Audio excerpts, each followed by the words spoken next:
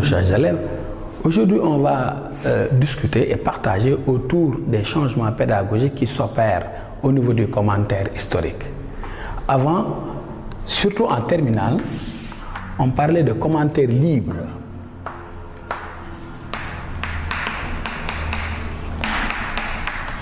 Et en commentaire libre,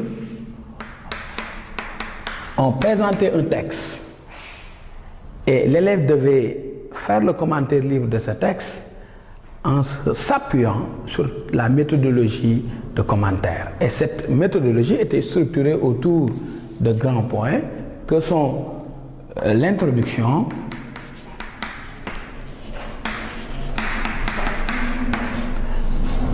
en grandeur, le commentaire proprement dit et en trois, la conclusion.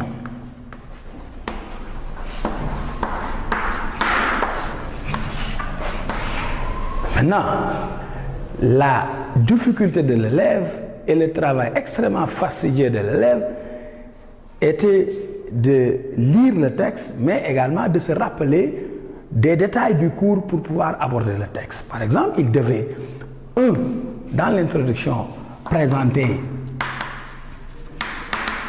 le document et l'auteur. Ensuite, il devait dégager le contexte historique du texte et aussi, après le contexte, de faire ce qu'on appelle l'analyse ou bien de choisir le résumé. Et enfin, l'élève devait dégager un plan de commentaire. Et ici, la forte recommandation, c'était d'avoir un plan de commentaire thématique et non linéaire, parce que ça va être extrêmement difficile sur 15 ou 16 lignes de commenter ligne par ligne. Donc, l'élève devait non seulement se rappeler de ces éléments, mais également de s'organiser, n'est-ce pas, pour prendre en charge le texte. Par exemple, ici, pour la présentation, l'élève devait donner la nature du document, devait donner la source du document, l'élève devait donner la date du document et présenter également l'auteur. Le contexte historique pose plus de problème parce qu'en réalité, il y a un contexte général et un contexte particulier. Je m'explique.